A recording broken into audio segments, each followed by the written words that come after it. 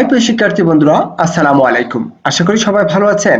আজকে আপনাদের সামনে আলোচনা করব বিজনেস স্ট্যাটিস্টিক্স এর দ্বিতীয় অধ্যায় হতে অজীব কার্ভ কিভাবে নির্ণয় করা হয়।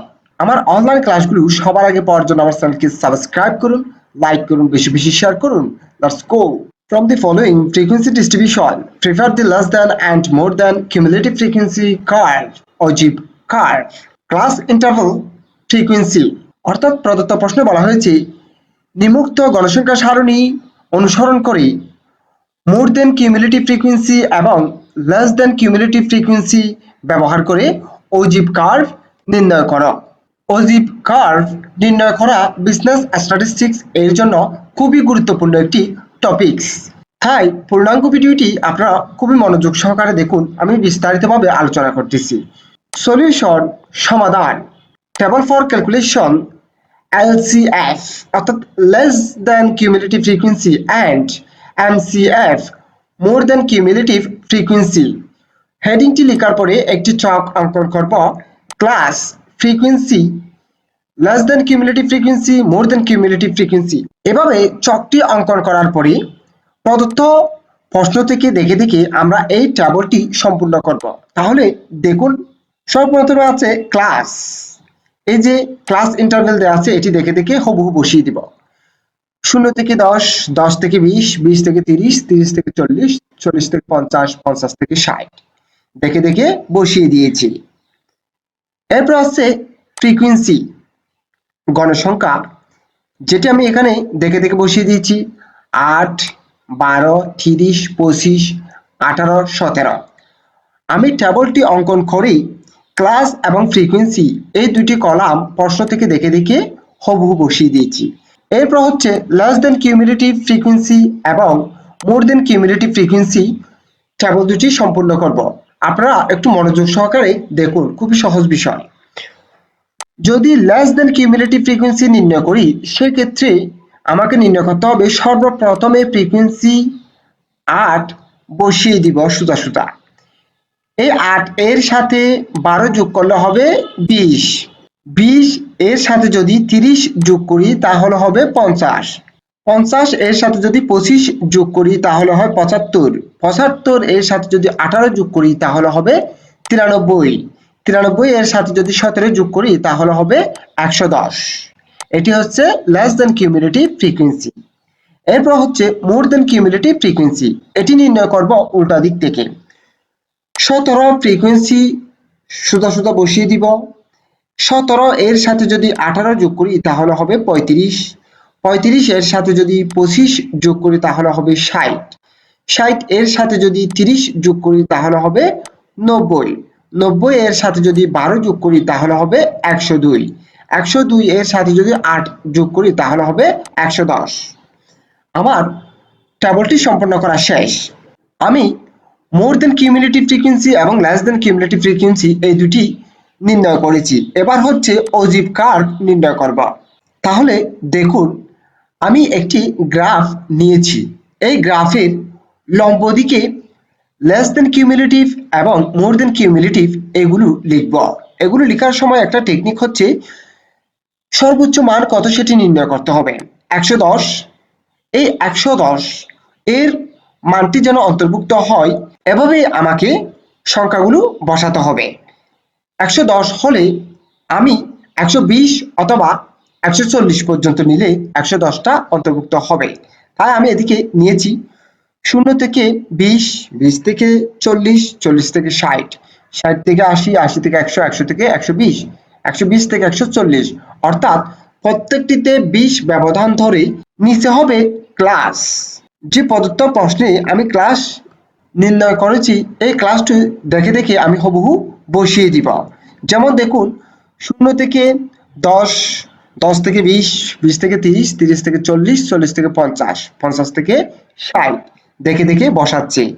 0 থেকে 10, 10 থেকে 20, 20 থেকে 30, 30 থেকে 40, 40 থেকে 50, 50 থেকে 60, 60 থেকে 70 এভাবে আমি ভূমিয়ককে বসিয়ে দিয়েছি। এরপরে এই যে গ্রাফের এক একটি বর্গের সমান আমি কত ধরেছি সেটি লিখে দিব। যেমন দেখুন, এখানে scale along x axis 1 square equal to unit, অর্থাৎ এই যে ও এক্স অ্যাক্সিস এখানে 1 বর্গ সমান 2 একক ধরে নিয়েছি। এরপর হচ্ছে along O Y axis 1 square equal to 4 unit, অর্থাৎ ও ওয়াই অক্ষে 1 বর্গ সমান 4 একক করে আমি ধরে নিয়েছি। এভাবে আমি চিত্রটি উপস্থাপন করেছি। এরপরে আমি অজীব রেখা অঙ্কন করব। সর্বপ্রথমে অঙ্কন করব লেস দেন কিউমুলেটিভ ফ্রিকোয়েন্সি ব্যবহার করে অজীব রেখাটি। তাহলে দেখুন 0 থেকে 10 এর মধ্যে লেস দেন কিউমুলেটিভ ফ্রিকোয়েন্সি মান আছে 8। তাই আমি এখানে দেখুন 0 থেকে 10 এর মধ্যে 8 এর মধ্যে একটি বিন্দু দিয়েছি। 10 থেকে 20 এর মধ্যে মান দেওয়া আছে 20, তাই আমি এখানে 20 এর মধ্যখানে একটি বিন্দু দিয়েছি। 20 থেকে 30 এর মধ্যে মান নির্ণয় করেছি 50, তাই এখানে বসিয়েছি 20 থেকে 30 এর সোজা গিয়ে 50 এর মধ্যে একটি বিন্দু দিয়েছি। 30 থেকে 40 এর মধ্যে দেওয়া আছে 75, যেটিকে আমি 30 থেকে 40 এর সোজা গিয়ে একটি বিন্দু দিয়েছি এই যে এখানে। এরপর হচ্ছে 40 থেকে 50 এর মধ্যে মান নির্ণয় করেছি 93। 40 থেকে 50 এর মধ্যে একটু বিন্দু দিয়েছি 93 এর এখানে, অর্থাৎ 80 চেয়ে একটু উপরে গিয়ে 100 এর মাঝামাঝি। এরপরে 50 থেকে 60 এর মান দেওয়া আছে দেখুন 110। তাহলে দেখুন 60 এর সোজা সোজা গিয়ে 110 এখানে একটু বিন্দু দিয়েছি। আমার প্রদত্ত প্রশ্ন থেকে দেখে দেখে সব মানগুলো বসানো শেষ। এরপরে এই যে প্রত্যেকটা বিন্দু সবগুলো আমি যোগ করে দিয়েছি, যেটির নাম দিয়েছি LCF, অর্থাৎ লেস দেন কিউমুলেটিভ ফ্রিকোয়েন্সি। এটি শেষ। এরপর হচ্ছে মোর দেন কিউমুলেটিভ ফ্রিকোয়েন্সি, এটিও একই, আপনারা একটু মনোযোগ সহকারে দেখলে বুঝবেন। 0 থেকে 10 এর মধ্যে মান আছে 110, যেটা আমি এখানে বসিয়েছি। 0 এর সোজা গিয়ে 110 এখানে একটি বিন্দু দিয়েছি। এরপরে 10 থেকে 20 এর মধ্যে মান আছে 102, তাই আমি এখানে 102 এর এখানে একটি বিন্দু দিয়েছি। এরপরে 10 থেকে 20 এর মান আছে 90, তাই আমি এখানে 90 এখানে একটি মান দিয়েছি। 30 থেকে 40 এর মধ্যে মান আছে 60, এই 60 সোজা সোজা একটি বিন্দু দিয়েছি।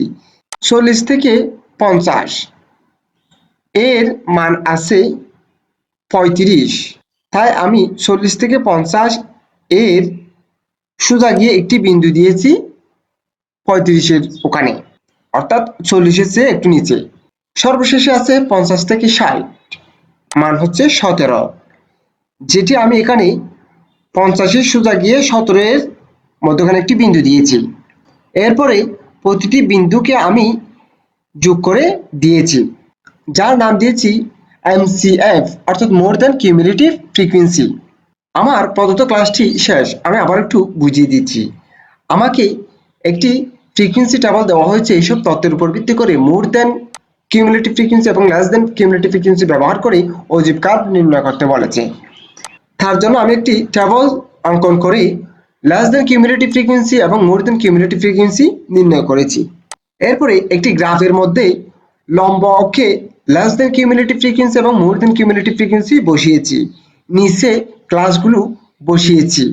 এরপরে কোন ক্লাসে কতটুকু মান আছে তার সোজা সোজা গিয়ে একটি আমি বিন্দু দিয়েছি। যেমন 0 থেকে 10 এখানে লেস দ্যান কিউমুলেটিভ ফ্রিকোয়েন্সি আছে 8, তাই আমি এখানে দেখুন 0 থেকে 10 এর মধ্যে একটি 8 এর স্তরে একটি বিন্দু দিয়েছি।